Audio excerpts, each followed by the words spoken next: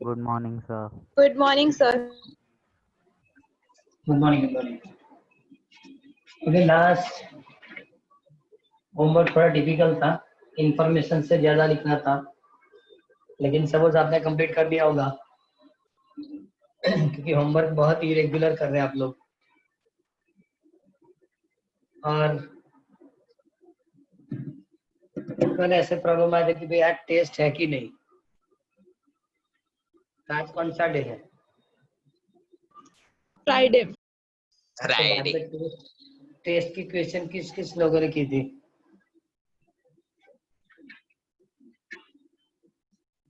आज किसका टेस्ट है?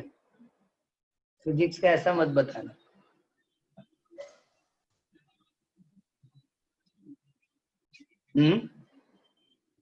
आप लोगों ने किसकी प्रिपरेशन की? फिजिक्स की?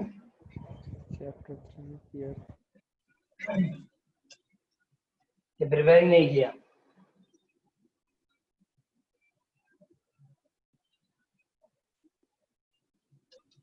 टेस्ट तो कर लेना।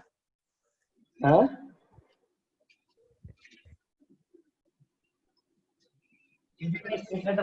मतलब आज और कल 2 दिन और नेक्स्ट वीक तक तो फोर्थ कंप्लीट भी हो जाएगा। और फोर्थ कंप्लीट हो जाएगा तो बाद में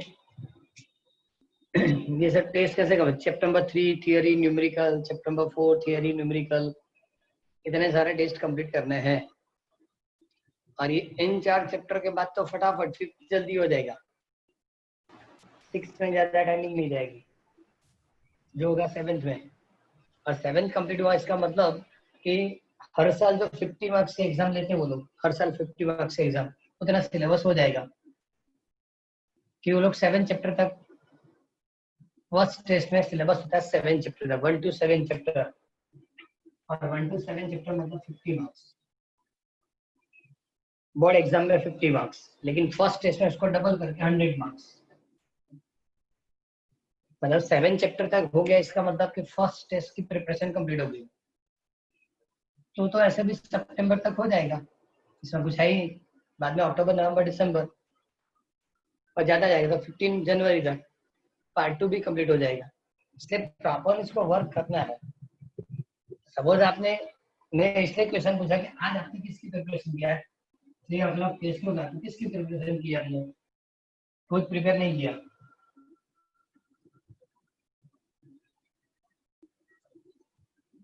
सर चैप्टर 3 की है ना? हाँ, chapter 3 numericals and theory. Chapter 3 numericals theory. बाकी सबको पूछो पहले तो पता चलेगा।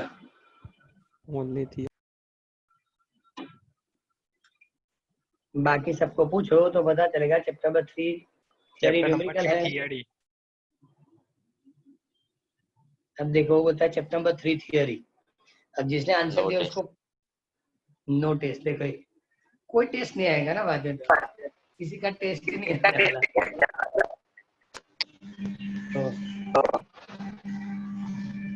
क्योंकि प्रिपेयर हो चुका, सपोज आपने प्रिपेयर नहीं किया है तो आज की जगह कल ले सकते हैं, लेकिन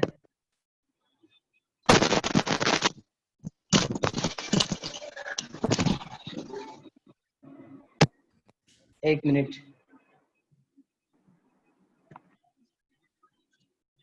आज की जगह कल इसको कंप्लीट कर सकते हैं, बराबर।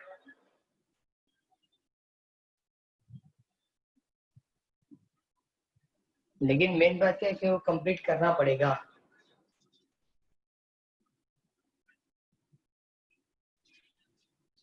चैप्टर नंबर 3 थियरी लिखना, थियरी, चैप्टर 3 न्यूमेरिकल लिखना, न्यूमेरिकल, सभी पेपर्स रेडी, लेकिन आपको आंसर देना क्या लिखना है। ओके, कल मतलब लास्ट वीडियो के अंदर हमने वो extra equations of current carrying ring complete किया था। करंट कैरिंग रिंग के लिए हमने सबसे पहले तो ओरिजिनल इक्वेशन, देन सेंटर के लिए x is greater than r, okay. तो इस तरह से कंप्लीट करके दिया था, 3 इक्वेशन लिखे थे। बाद में वायर की इलेक्ट्रिक फील्ड बताई according two ampere circuital law, और एम्पियर सर्किटल लॉ की जो इक्वेशन थी वो थी integration b into dl is equal to mu 0 into summation I, mu 0 into summation I। इससे हमने करंट कैरिंग वायर के लिए ओके मैग्नेटिक फील्ड कैलकुलेट करके दी थी। सबसे पहले वायर के इनर पार्ट के लिए, सरफेस के लिए, आउटर पार्ट के लिए, बाद में फाइनाइट लेंथ वाले वायर के लिए, ऐसे 2 और मतलब 5 टोटल इक्वेशंस कंप्लीट किए थे।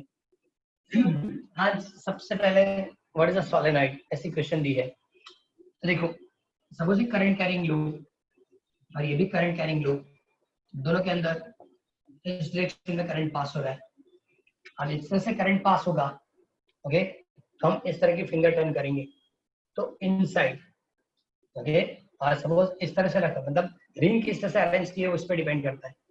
मैंने इस तरह से रिंग रखी है, करंट ऐसे पास हो रहा है और करंट इस तरह से पास होगा तो इस डायरेक्शन में आपको क्या मिलेगी, मैग्नेटिक फील्ड मिलेगी।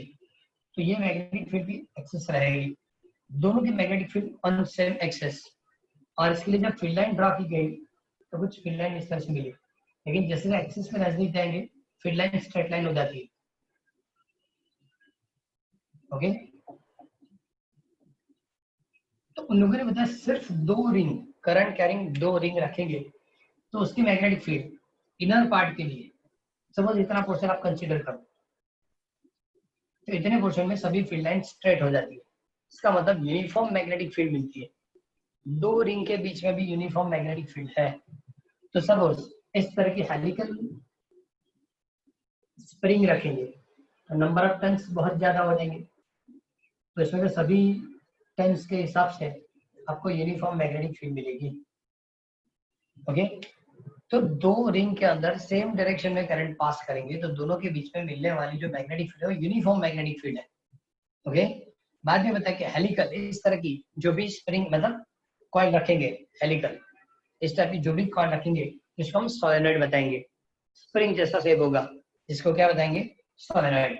और सोलेनॉइड ऐसी इंस्ट्रूमेंट के जिसके इनर पार्ट के लिए नियरेस्ट टू एक्सिस आपको यूनिफॉर्म मैग्नेटिक फील्ड मिलेगी ओके। ऐसी कोई इंस्ट्रूमेंट थी जिसमें आपको यूनिफॉर्म इलेक्ट्रिक फील्ड मिलती थी,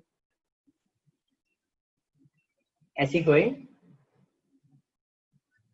इंस्ट्रूमेंट थी जिसके अंदर आपको यूनिफॉर्म इलेक्ट्रिक फील्ड मिलती थी?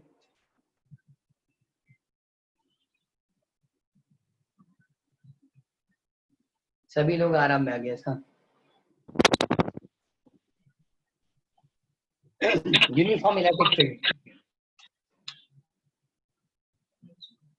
यूनिफॉर्म इलेक्ट्रिक फील्ड सर बोलो। 2 પેરેલલ પ્લેટ્સમાં મળી શકે? 2 पैरेलल प्लेट कैपेसिटर में होगा क्योंकि एक पॉजिटिव और एक negative field, always positive charge to negative charge okay. और ऐसी भी इक्वेशन पढ़ा है कि किसी एक प्लेट के लिए 2 सिग्मा अपन 2 एप्सिलॉन 0 और इनर साइड के लिए सिग्मा अपन एप्सिलॉन 0, इसमें बहुत सारे इक्वेशन पढ़ लिए ओके। 2 पैरेलल प्लेट कैपेसिटर के अंदर यूनिफॉर्म इलेक्ट्रिक फील्ड कितनी होगी, तो सिग्मा अपन एप्सिलॉन 0।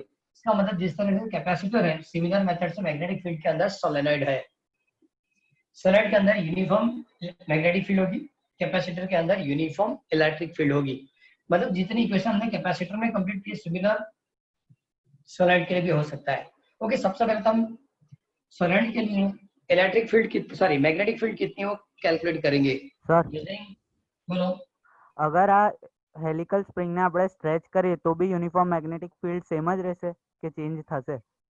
फरी फरी આ હેલિકલ સ્પ્રિંગને અગર આપણે સ્ટ્રેચ કરીએ તો જે ઇક્વલ ટર્ન છે એ તો स्ट्रेस અલગ થઈ करेंगे, एक मिनट स्ट्रेस करने के लिए ये दोनों के बीच की डिस्टेंस डिपेंड है, क्योंकि अब ज्यादा स्ट्रेस कर देंगे तो सभी रिंग सेपरेट हो जाएगी और हेलिकल का मतलब सेपरेट नहीं होता।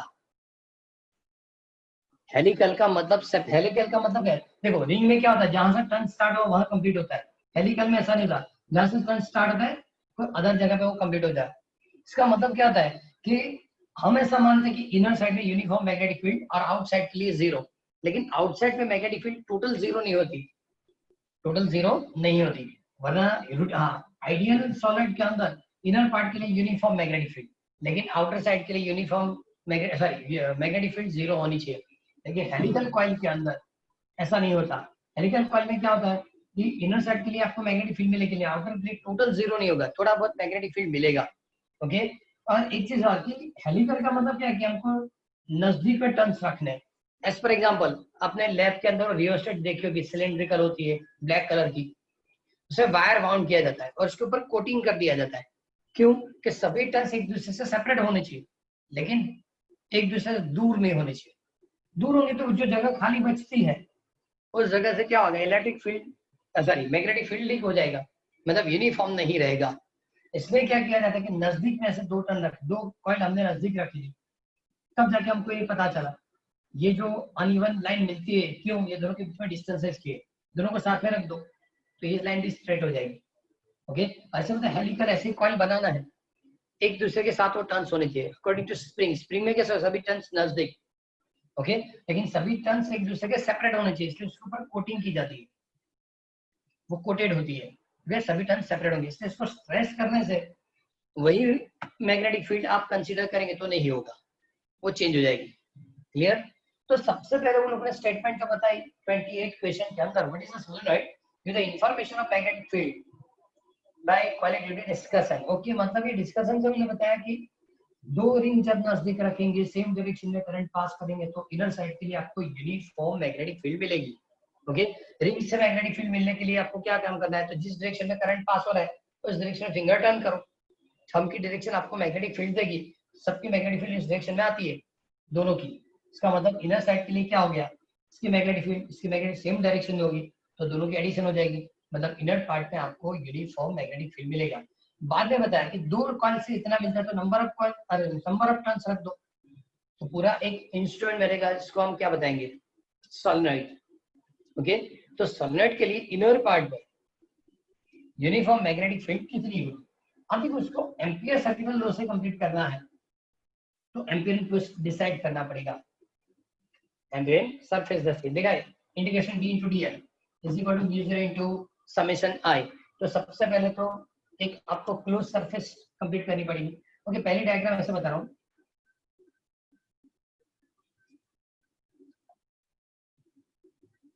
सॉलिड जो है इसको सॉलिड सिलेंड्रिकल होता है, इस तरह के हम क्रॉस सेक्शन लेंगे तो ऊपर वाला जो वायर है अंदर डिफरेंट दो साइन ड्रॉ करके दिए हैं, ऊपर जो ड्रॉ करके दिया है इसके अंदर डॉट बताया, नीचे जो है इसमें क्रॉस बताया। क्रॉस का मतलब क्या होता है,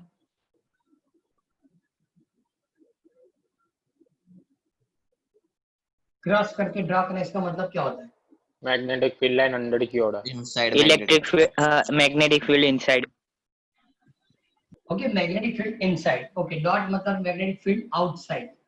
क्लियर? लेकिन यहाँ हमने डॉट और क्रॉस इसलिए ड्रॉ किया है, डॉट मतलब बाहर आने वाले मतलब वायर है और ये क्रॉस मतलब इनर साइड में जाने वाले वायर है, क्योंकि जो कॉइल होती है आप पूरी कॉइल बनाएंगे बाद में इस तरह की क्रॉस सेक्शन लेंगे। ओके, तो ये अंदर जाने वाले वायर और यहाँ से वायर बाहर आएंगे तो करंट इस डायरेक्शन में पास होता है, और करंट जब इस डायरेक्शन में पास होता है तो इस डायरेक्शन में क्या मिलेगा, मैग्नेटिक फील्ड, तो ये मैग्नेटिक फील्ड की डायरेक्शन होगी। अब हमको ऐसे क्लोज सरफेस ड्रॉ करनी है कि जहां हम लाइन इंटीग्रेशन कर सके, तो यहाँ हम क्लोज सरफेस ड्रॉ करते हैं। ओके, जिसकी लेंथ L है और सपोज नाम इसमें बता A B C और D, और इस डायरेक्शन में लाइन इंटीग्रेशन करना है, इस डायरेक्शन में लाइन इंटीग्रेशन हमको कंप्लीट करके देना है। ओके, अब सबसे पहले तो जो लोगों ने बताया इंटीग्रेशन b into dl, ये इसलिए लिखा जाता है कि पूरी क्लोज सरफेस के लिए कंप्लीट करना है तो हम डिफरेंट 4 एलिमेंट की एडिशन करेंगे, क्योंकि a to b जाएगा, b to c, c to d और d to a। So integration a to b b dl cos 0, क्यों? ये b की डायरेक्शन है और dl की डायरेक्शन दोनों इक्वल हो गया, मतलब क्या लिखेंगे, cos 0 plus integration b to c, b से c की ओर क्या लिखेंगे, b into dl cos 90, क्योंकि ये मैग्नेटिक फील्ड की डायरेक्शन है, एलिमेंट इसको परपेंडिकुलर है। Okay, plus integration c to d क्या लिखना पड़ेगा, b dl अब मैग्नेटिक फील्ड इस डायरेक्शन के अंदर, एलिमेंट अपोजिट डायरेक्शन के अंदर, मतलब cos 180 n plus d to a b into dl cos 90, क्योंकि ये मैग्नेटिक फील्ड की डायरेक्शन और एलिमेंट इस तरह से बताया। अब देखो इंटीग्रेशन b into dl, सबसे पहले क्या मिलेगा, a to b b dl cos sir 0 integration C2 -1 કેમ લીધો છે? -1 क्या है, ओके b dl cos 0 मतलब 1, cos 0 मतलब क्या हो जाएगा 1, ओके, प्लस यहाँ क्या होगा cos 90 मतलब 0, तो ये तो टर्म लिखने की जरूरत है ही नहीं। सिमिलरली ये भी cos 90 0, तो ये दोनों को लिखने की जरूरत नहीं पड़ेगी, बाद में यहाँ लिखेंगे प्लस करके C2d b dl cos 180 मतलब -1। लेकिन एक चीज चेक करो, ये एलिमेंट जहां मैंने ड्रॉ किया है वहां मैग्नेटिक फील्ड है ही नहीं, मैग्नेटिक फील्ड तो यहाँ मिलेगी, ये तो एलिमेंट सोलेनोइड से बाहर है। जब ये एलिमेंट सोलेनोइड से बाहर है तो यहाँ मैग्नेटिक फील्ड 0 हो जाती है। देखो यहाँ cos 90 0, यहाँ मैग्नेटिक फील्ड 0 है, यहाँ मैग्नेटिक फील्ड 0 है। इसका मतलब आपके पास इसी टर्म से आंसर मिलेगा integration a to b into dl। लेकिन जो मैग्नेटिक फील्ड होती है, जो मैग्नेटिक फील्ड रहेगी वो क्या होगी, कांस्टेंट, तो इंटीग्रेशन से बाहर कर दो। इंटीग्रेशन a to b क्या लिखेंगे dl, तो a to b की टोटल लेंथ कितनी है, स्मॉल एलिमेंट को ऐड करेंगे, टोटल लेंथ क्या मिलेगी, क्या लिखेंगे स्मॉल l। तो ये पोर्शन मैंने कैलकुलेट कर लिया, इंटीग्रेशन b into dl, इसको क्या लिखेंगे इक्वेशन नंबर 1, ओके। अब वो लिखेंगे mu 0 into summation i, mu 0 into summation i। अब देखो इसमें नंबर ऑफ टर्न्स कितने होंगे, सपोज नंबर ऑफ टर्न्स हम लेंगे कैपिटल N, किसी एक टर्न से पास होने वाले, किसी एक टर्न के लिए पास होने वाली, ओके, इलेक्ट्रिक करंट कितनी होगी I जितनी, तो वैसा लिख सकते हैं कि in unit length number of turns L, तो L लेंथ के लिए कितने NL, तो क्या लिखेंगे NL, in unit length number of turns कितने होंगे N, टोटल कितने होंगे N into L। तो NL से पास होने वाली, पहले तो म्यू 0 लिखना है, कांस्टेंट है, चेंज हो गई नहीं। किसी एक टर्न से पास होने वाली इलेक्ट्रिक करंट I है, किसी भी एक टर्न से पास होने इलेक्ट्रिक करंट कितनी है I, तो नंबर ऑफ टर्न्स कितने होंगे NL, सो NLI ऐसा लिख सकते हैं, NLI ऐसा हम कंप्लीट कर सकते हैं, ओके। इसको इक्वेशन नंबर 2 बताएंगे।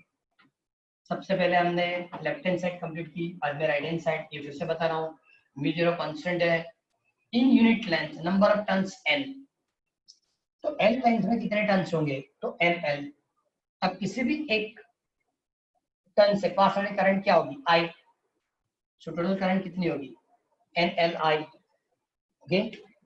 अब दोनों कंपेयर कर लेंगे, कंपेयर इसलिए करेंगे एम्पियर सर्किट लॉ के हिसाब से, integration BDL is equal to mu 0 into summation I।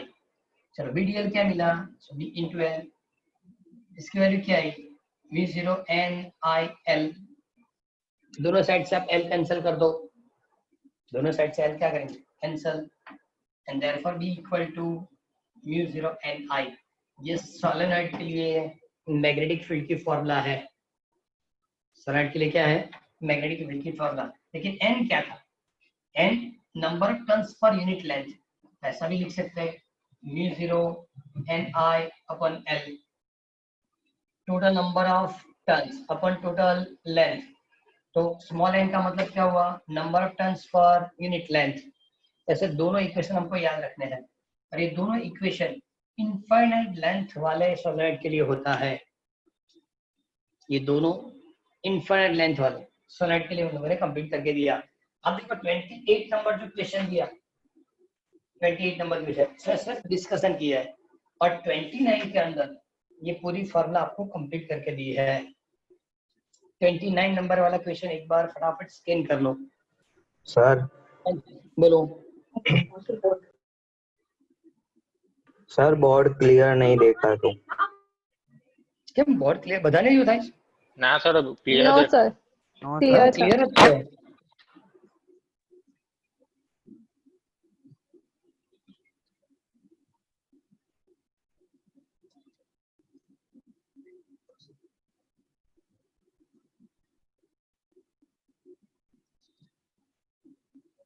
Yes sir.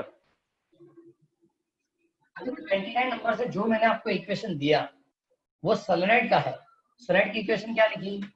B is equal to mu 0 ni या B is equal to mu 0 ni upon L। ये क्या लिखेंगे? Number of turns per unit length, number of turns per unit length. इस तरह से इसको complete किया जाएगा। अब ये जो था वो तो सिर्फ और सिर्फ इनफाइनाइट लेंथ के लिए था। फाइनाइट लेंथ होगी इसके इक्वेशंस चेंज हो जाएंगे, लेकिन पहले 29 नंबर कंप्लीट कर दो तो फाइनाइट लेंथ एक्सपेंड कर दे।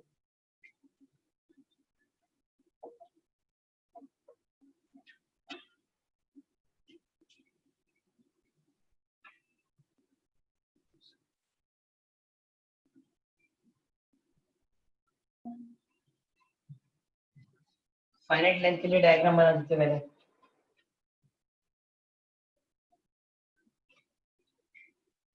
यहाँ भी इसी तरह से है।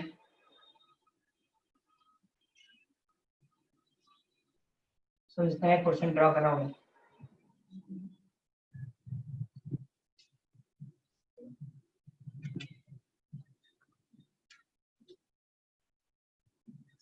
इस एक्सिस के ऊपर मैग्नेटिक फील्ड मिलेगी। यहाँ जो भी है सब डॉट करके ये जो भी वायर होगा वो क्रॉस बताएंगे। ओके, सोलेनोइड के सेंटर पे मुझे मैग्नेटिक फील्ड कैलकुलेट करनी है।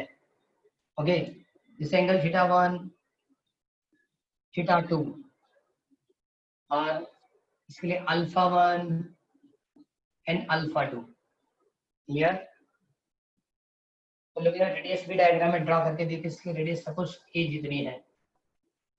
अब देखो ये लेंथ फाइनाइट लेंथ है, इनफाइनाइट नहीं है, फाइनाइट लेंथ। फाइनाइट लेंथ के लिए फॉर्मूला होती है v is equal to mu 0 ni upon 2 sin θ1 plus sin θ2। क्यों? जब फाइनाइट लेंथ होगी मतलब दोनों एंड आपको पता है, और दोनों एंड पता है तो सेंटर से उस साइड के एंगल, सेंटर से इधर के एंगल θ1 और θ2 हो जाएगी, θ1 और θ2। So mu 0 ni by 2 sin θ1 plus sin θ2 ये फाइनाइट लेंथ के लिए मैग्नेटिक फील्ड की फॉर्मूला है। लेकिन एक और फॉर्मूला भी हम क्रिएट कर सकते हैं, क्योंकि इस पूरे ट्रायंगल के लिए क्या लिख सकते हैं? θ1 plus α1 plus 90 is equal to 180। So θ1 is equal to 90 minus α1, तो यहाँ ऐड कर दो mu 0 ni by 2 sin 90 minus α1 plus sin 90 minus α2। तो इसका मतलब म्यू 0 ni अपॉन 2 क्या लिखेंगे? 90 माइनस α1 फर्स्ट क्वाड्रेंट होगा, और फर्स्ट क्वाड्रेंट के अंदर सभी function positive. 90 plus minus theta तो फंक्शन चेंज कर दो, इसका मतलब cos α1 प्लस cos α2। तो ये दोनों फॉर्मूला याद रखनी है। ये दोनों फॉर्मूला फाइनाइट लेंथ वाले सोलेनोइड की मैग्नेटिक फील्ड देती है।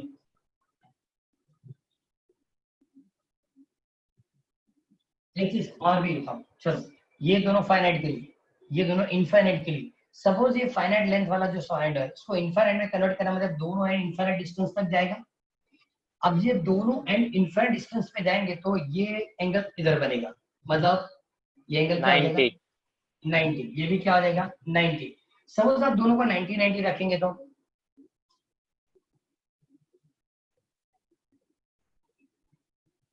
दोनों 90 90 रखें।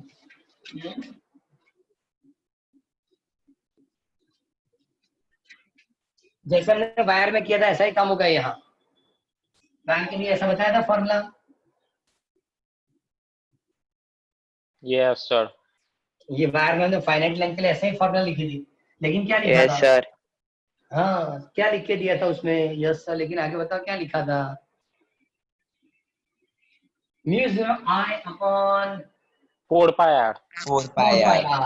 sin theta 1 plus sin theta 2, यहाँ क्या लिखा म्यू 0 ni by 2।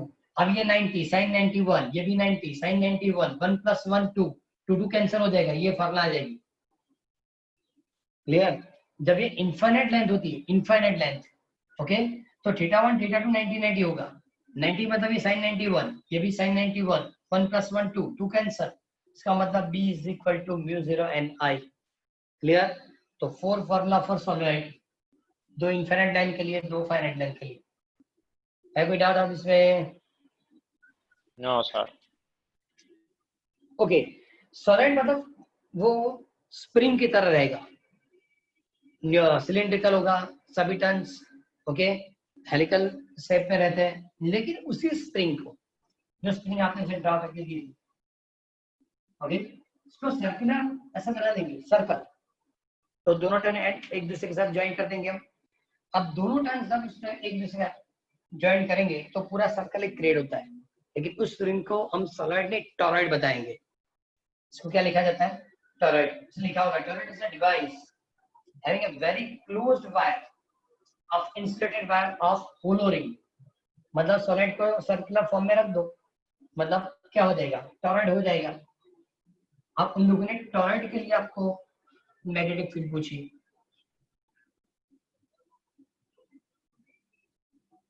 इसका मतलब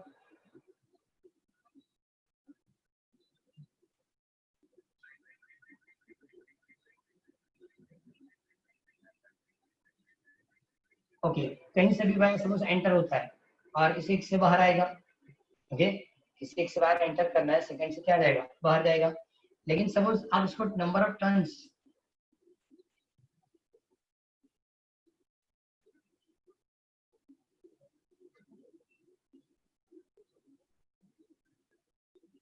इस एक से करंट एंटर करना है, रोटेट होकर वहां से बाहर निकल जाएगा, ओके।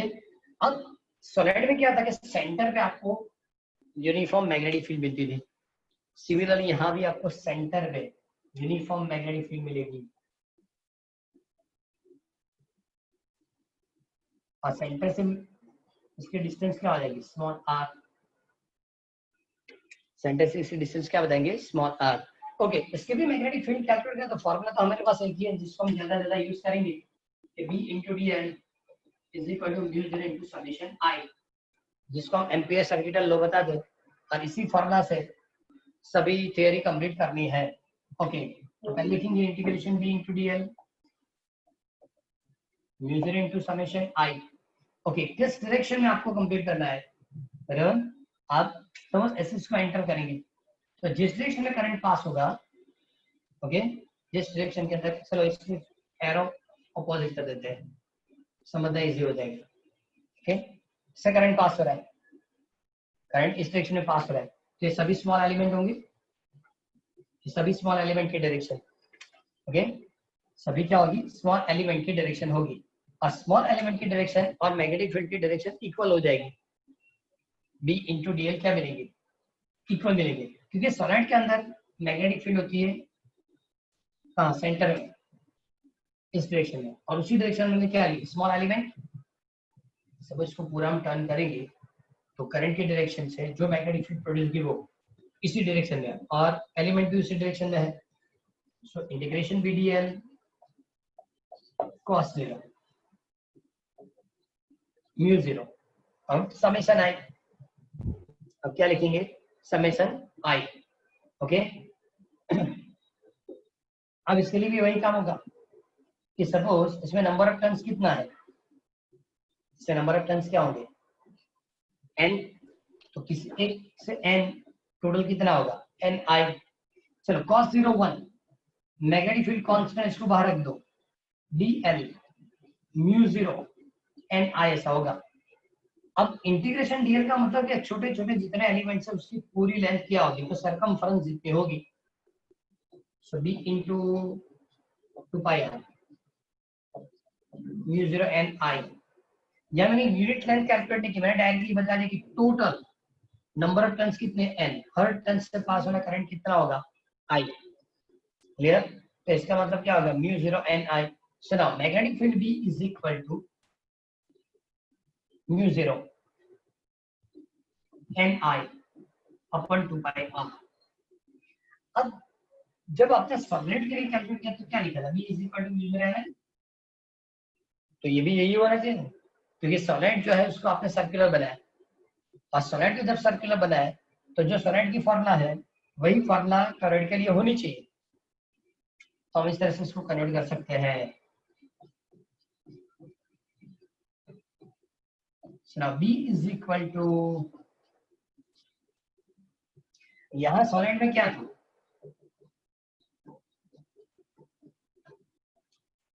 दोनों फॉर्मूला इक्वल नहीं है, डिफरेंट है, लेकिन फिर भी इक्वल बनाई गई है। यहाँ क्या लिखा, B is equal to mu0 ni by L, n upon L is equal to small n, मतलब number of turns per unit length. यहाँ क्या लिखेंगे, number of turns per unit length of circumference, number of turns per unit length of circumference, तब जाके n upon 2 pi r, जिसको क्या बताएंगे हम, स्मॉल n। ओके, ये क्वेश्चन उसने 30 नंबर करके कंप्लीट करके दिया है। कौन सा 30 नंबर। अब उन लोगों ने 2-3 मेथड से बताया, क्या पहले आउटसाइड लिया, बाद में इनसाइड लिया, बाद में यहाँ बताया, लेकिन मैंने इसलिए आपको नहीं बताया। आउटसाइड मैग्नेटिक फील्ड 0, यहाँ मैग्नेटिक फील्ड 0, मैग्नेटिक फील्ड कहाँ मिलेगी, सर्कमफरेंस के ऊपर, तो सर्कमफरेंस की फॉर्मूला हम कैलकुलेट करेंगे। एक बार 30 नंबर क्वेश्चन पढ़ो।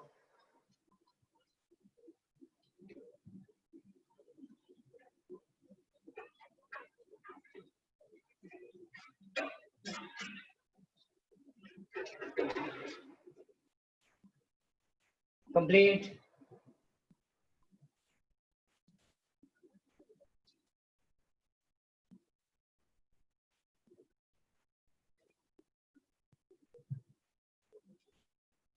An ideal toroid, the coil are circular, ऐसा लिख के दिया होगा।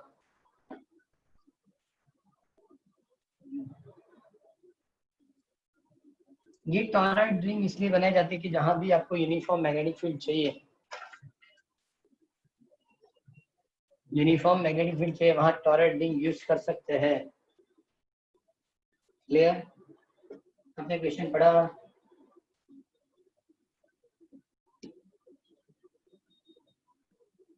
इसमें डिफरेंट 3 रिंग करके वो फर्स्ट सेकंड थर्ड वो सब कंप्लीट करके बताया। B1 0 बताया, B3 0 बताया, और बाद में टॉरॉइड रिंग के अंदर उन लोगों ने कंप्लीट करके दिया। इसी मेथड से आज हमें 2 और इंस्ट्रूमेंट कंप्लीट किए, एक था सोलेनॉइड और सेकेंड टॉरॉइड। है कोई प्रॉब्लम इसमें? No sir.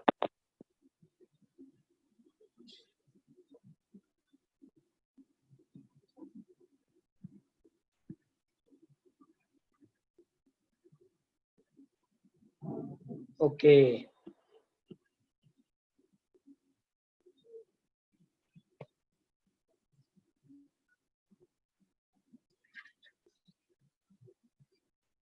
ओके, आगे जो हम लोगों ने बताया वो करंट कैरिंग वायर की इंफॉर्मेशन है, लेकिन आज से हम न्यूमेरिकल कंटिन्यू कर लेंगे। इसमें हम आज से न्यूमेरिकल कंटिन्यू करना शुरू करेंगे। या कुछ न्यूमेरिकल कंप्लीट किए थे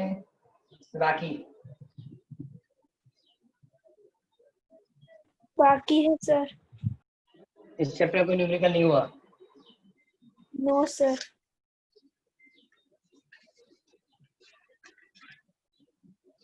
ओके,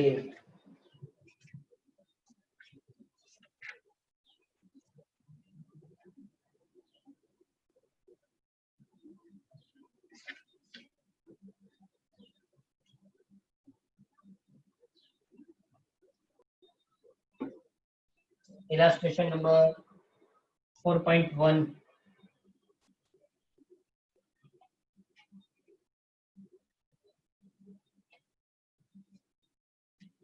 Illustration 4.1 में बताया straight wire of mass 200 gram and length 1.5 meter carrying a current 2 ampere. It is suspended the mid-air by a uniform horizontal magnetic field. What is the magnet of the magnetic field? अब देखो,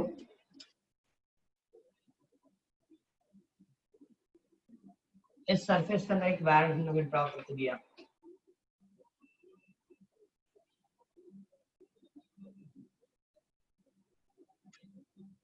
अब current का direction कुछ इस तरह से है, wait mg downward होगा, वेट mg कहाँ मिलेगा, डाउनवर्ड डायरेक्शन के अंदर। अब जब वेट mg डाउनवर्ड होगा तो सबसे पहले तो current carrying wire, current carrying wire पे लगने वाली फोर्स की फॉर्मूला क्या थी, करंट कैरिंग वायर पे लगने वाली फोर्स की फॉर्मूला क्या थी,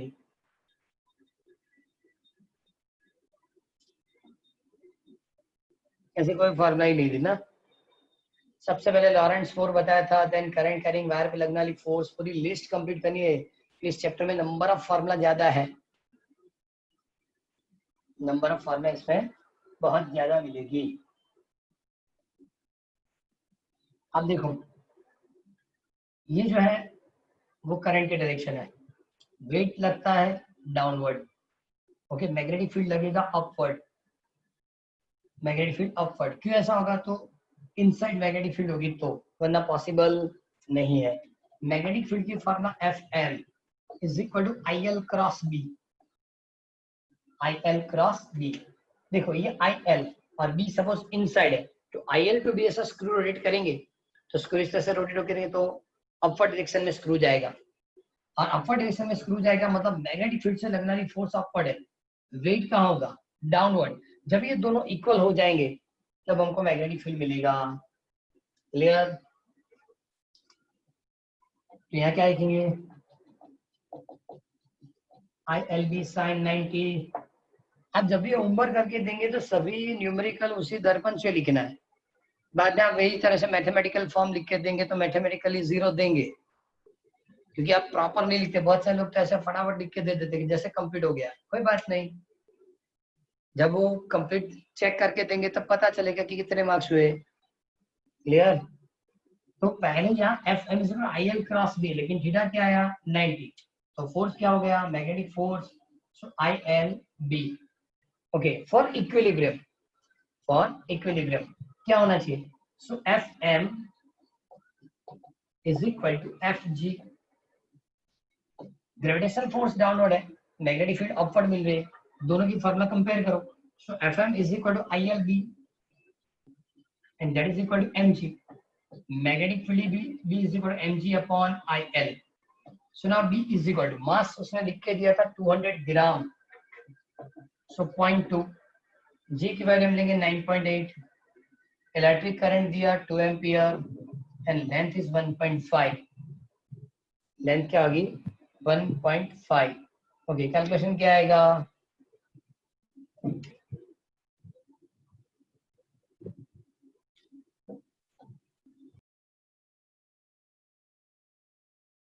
.65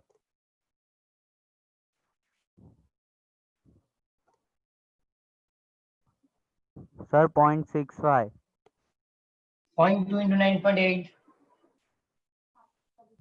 Sir, answer- 0.98 upon 1.5, sir but answer 0.65 हाँ 0.65 0.65 बस इतना ही होता है। हाँ 3 है ना 3 टेस्ला 0.65 टेस्ला। टेस्ला। अब देखो ये जो मैग्नेटिक फील्ड होगी अपवर्ड होगी कि इनसाइड होगी, कैसे कैलकुलेट करेंगे, सपोज मैं इसको एक्स एक्सिस कंसीडर कर रहा हूँ, फिर से यहाँ लिख रहा हूँ Fm is equal to IL, I correct, IL क्या लिखा मैंने, आई करेक्ट, फोर्स कहाँ चाहिए मुझे, और मैग्नेटिक फील्ड इसको परपेंडिकुलर ले, परपेंडिकुलर मतलब कि इस डायरेक्शन में होना चाहिए। एज फॉर एग्जांपल ये एक्स एक्सिस है, परपेंडिकुलर सपोज मैंने इसको y लिया, तो अपवर्ड डाउनवर्ड क्या होगा, z एक्सिस होगा, तो इसी फार्मूला के अंदर into bj correct, so ILB is a force but I into J मतलब ILB क्या होगा, k करेक्ट होगा, तो मैंने क्या कंसीडर करके दिया, ये x, ओके, ये z, और इस तरह से जो पास होगा वो क्या होगा y, तो ये मैग्नेटिक फील्ड होना चाहिए, ये वायर की लेंथ मतलब IL इस डायरेक्शन में थी, IL इसी डायरेक्शन में है, फोर्स अपवर्ड लगेगा z पे और यहाँ y होनी चाहिए, ये इसलिए कैलकुलेट करके बताया। मैंने आंसर तो यहाँ कंप्लीट हो गया। b equal to 0.653 tesla, 0.653 tesla. First में इतना ही लिख के दिया है, एक बार देख लो। इलास्ट्रेशन नंबर 1 डायग्राम देंगे, ये इसलिए लिखा है कि इसी एग्जाम में पूछा था, मार्च 2020 में क्वेश्चन पूछा है।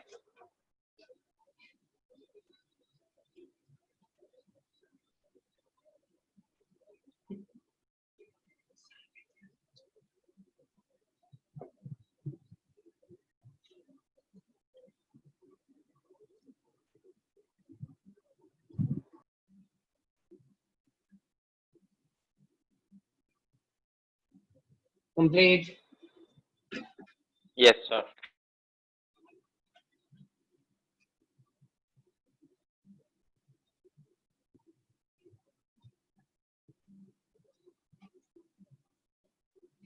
Okay, now illustration number 2.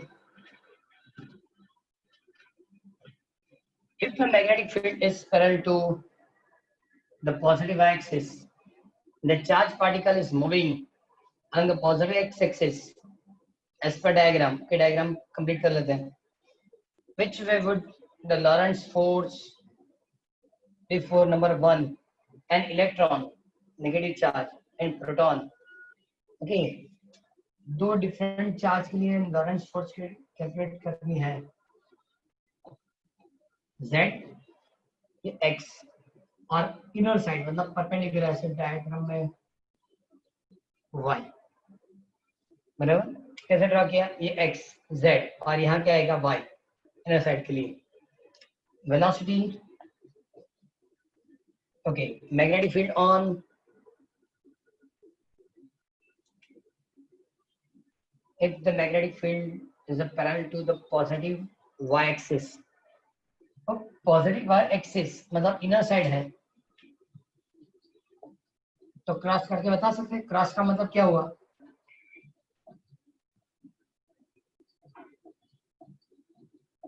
Cross का मतलब क्या हुआ?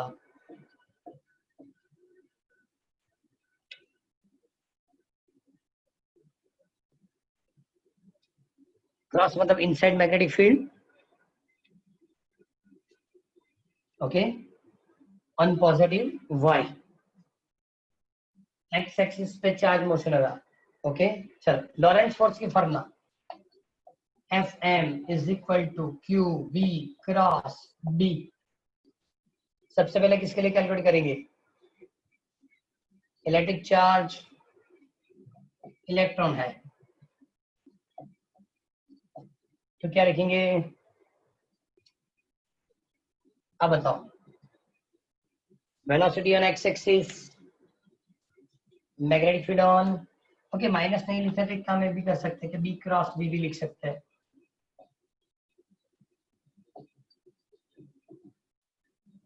E B into, so magnetic field on y axis, so J caret cross velocity on x axis, I caret, so E V B J cross I मतलब क्या होगा? J cross I क्या लिखेंगे? ये ऐसी बात है कि पूरा क्वेश्चन पता चल गया, लेकिन ये हमारे क्वेश्चन याद नहीं है। J क्रॉस I मतलब माइनस के, ओके। तो क्या लिखेंगे? On negative z axis Fm is on negative z axis. ये किसके लिए हुआ? इलेक्ट्रॉन के लिए। Similar calculation for proton. Fm is equal to QB cross B, E रहेगा V cross B, EVB V के लिए वेलोसिटी ऑन x एक्सिस मतलब I current, magnetic field on y axis मतलब J current, and therefore EVB k caret, and therefore Fm is on positive z axis. Clear? ये जो हम लोगों ने लिख के दिया था वो इलास्ट्रेशन नंबर 2, ये होगा illustration number 2. Clear? Okay, now last numerical illustration number 3, क्योंकि आज हमको क्वेश्चंस लिखने वो लिस्ट बना रहा हूँ. क्वेश्चन में पहले दिया उन लोगों ने 28, 29, 30, 4.1, 4.2, 4.3, 4.1, 4.2 and 4.3. So कोई डाउट? ये मल्टीप्लिकेशन पता चलनी चाहिए. क्रॉस मल्टीप्लिकेशन 7 चैप्टर 11th में था.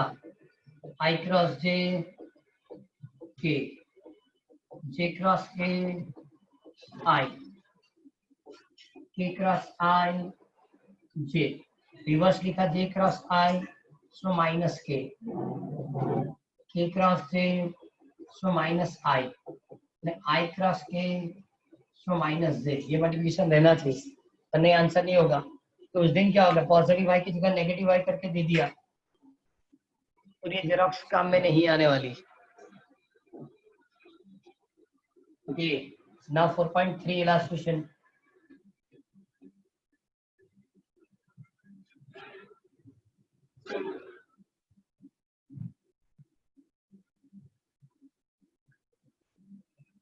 So what is the radius of a path of an electron? Mass, charge, वो दोनों लिख के दिया है. Moving with the speed of 3 into 10 raised to 7 meter per second in a magnetic field of 5 into 10 raised to minus 4 Tesla, perpendicular to it.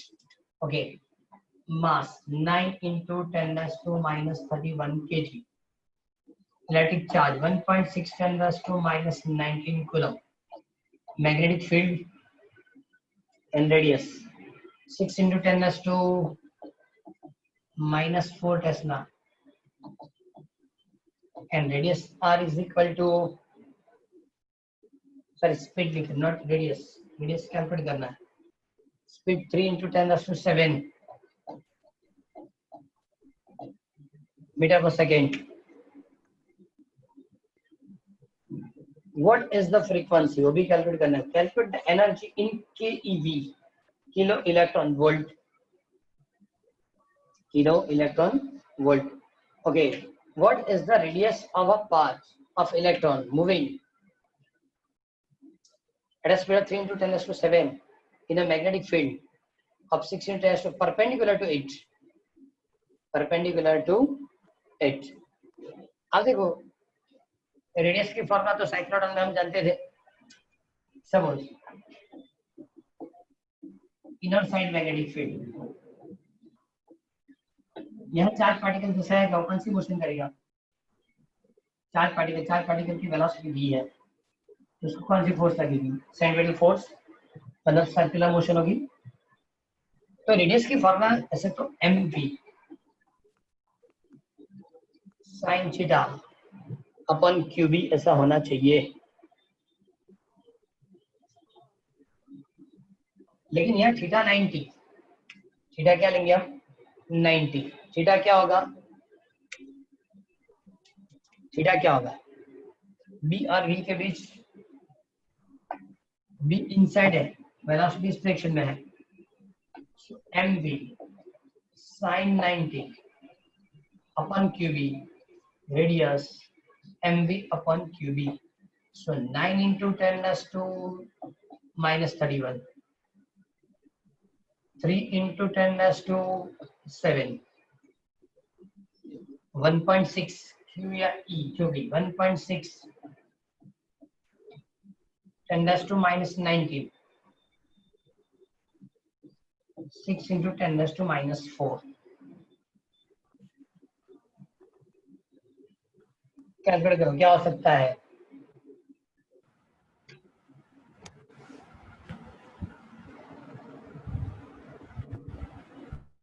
अब देखो ये दोनों मिला के 23, एक मिनट, ये दोनों मिला के 23 ऊपर गया तो प्लस 23, मतलब 30 हो गया 30, और 30 होने का मतलब क्या हुआ, ये कैंसिल कर दो, तो 9 डिवाइड बाय 3.2 इंटू 10⁻⁻1, इसका मतलब 0.9 डिवाइड बाय 3.2, इसका मतलब 9/32। अब बताओ आंसर क्या होता है? 0.281 0.281 0.281 meter is the radius, 0.281 meter radius. अब उन लोगों ने बताया कि फ्रीक्वेंसी क्या होगी, व्हाट इज द फ्रीक्वेंसी, और उसके बाद पूछा energy. Clear? Okay, frequency calculate करना है तो फ्रीक्वेंसी की formula F is equal to क्या लिख सकते हैं, है किसी को याद? फ्रीक्वेंसी की फॉर्मूला याद है? ओमेगा है?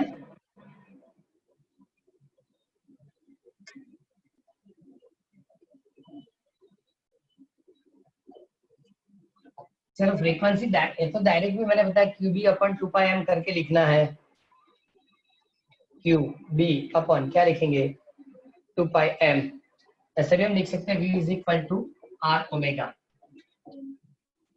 इसको ओमेगा इज मतलब 2πf, ओमेगा मतलब क्या होगा 2πf, F is equal to 2πr, radius आपने कैलकुलेट की है, रख दो, आंसर हो जाएगा। इससे भी हो सकता है 3 × 10⁻⁷, 2 × 3.14, रेडियस 0.281। बोलो सर बोलो, अगर टाइम पीरियड होता तो 1/t से भी कर सकते थे ना? लेकिन ऐसा बहुत सारी चीजें क्या है उससे ही काम करना है, क्या होगा उससे काम नहीं करना है। कि टाइम पीरियड देंगे समझो तो फ्रीक्वेंसी क्यों देंगे, तो सिर्फ रेसिप्रोकल हुआ।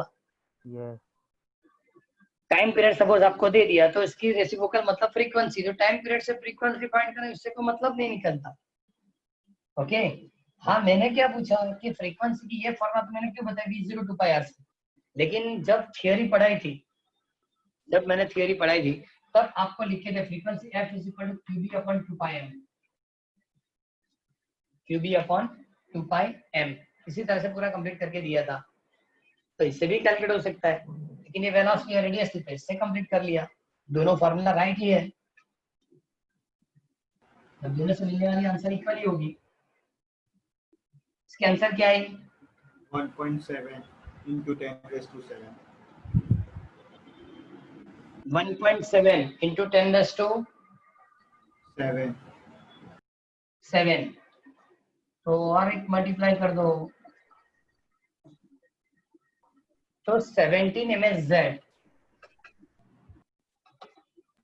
17 MHz मतलब 17 मेगाहर्ट्ज, इस तरह से होगा।